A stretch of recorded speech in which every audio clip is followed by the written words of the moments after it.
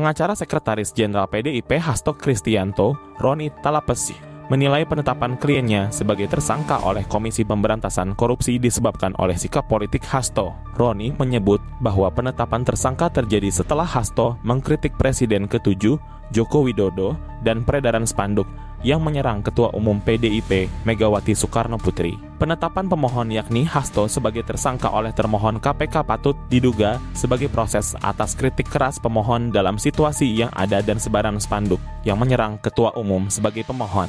Kata Roni di Pengadilan Negeri Jakarta Selatan, sebab dia menegaskan pemberitaan soal respons masyarakat terhadap spanduk tersebut menghilang dan teralihkan dengan pemberitaan soal status tersangka Hasto. Patut diduga penetapan pemohon sebagai tersangka oleh termohon sangat berhubungan dengan sikap pemohon yang gencar melakukan kritik terhadap kebijakan Jokowi yang menurut pemohon merusak sendi-sendi demokrasi dan supremasi hukum dan merupakan pengalihan isu. Tutur Roni, diketahui penetapan Hasto PDIP sebagai tersangka diungkapkan langsung oleh Ketua KPK Setio Budianto di Gedung Merah Putih KPK, Jakarta Selatan, Selasa 24 Desember 2024. Dia menjelaskan bahwa Hasto bersama-sama dengan Harun Masiku melakukan suap kepada Komisioner Komisi Pemilihan Umum RI periode 2017 sampai 2022 Wahyu Setiawan. Di sisi lain, Hasto juga ditetapkan sebagai tersangka dalam kasus perintangan penyidikan oleh KPK dalam surat perintah penyidikan atau sprindik yang terpisah, bahwa pada tanggal 8 Januari 2020 pada saat proses tangkap tangan KPK, HK memerintahkan Nur Hasan penjaga rumah aspirasi di Jalan Sultan Syahrir nomor 12A yang biasa digunakan sebagai kantor oleh HK untuk menelepon Harun Masiku supaya meredam handphonenya dalam air dan segera melarikan diri, kata Setio. Kemudian pada 6 Juni 2024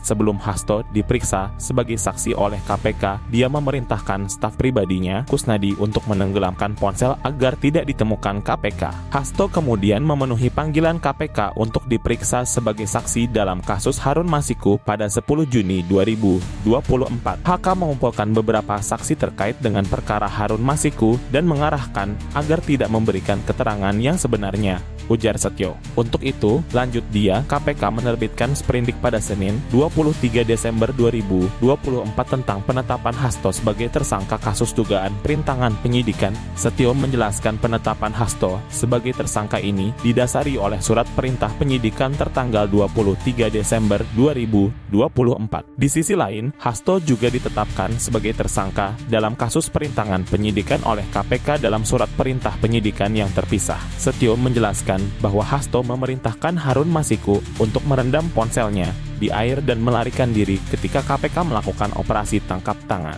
bahwa pada tanggal 8 Januari 2020 pada saat proses tangkap tangan KPK, HK memerintahkan Nur Hasan penjaga rumah aspirasi di Jalan Sultan Syahrir nomor 12A yang biasa digunakan sebagai kantor oleh HK untuk menelepon Harun Masiku supaya meredam handphonenya dalam air dan segera melarikan diri. Kemudian pada 6 Juni 2024 sebelum Hasto diperiksa sebagai saksi oleh KPK, dia memerintahkan staf pribadinya, Kusnadi, untuk menenggelamkan ponsel agar tidak ditemukan KPK. Hasto kemudian memenuhi panggilan KPK untuk diperiksa sebagai saksi dalam kasus Harun Masiku pada 10 Juni 2024.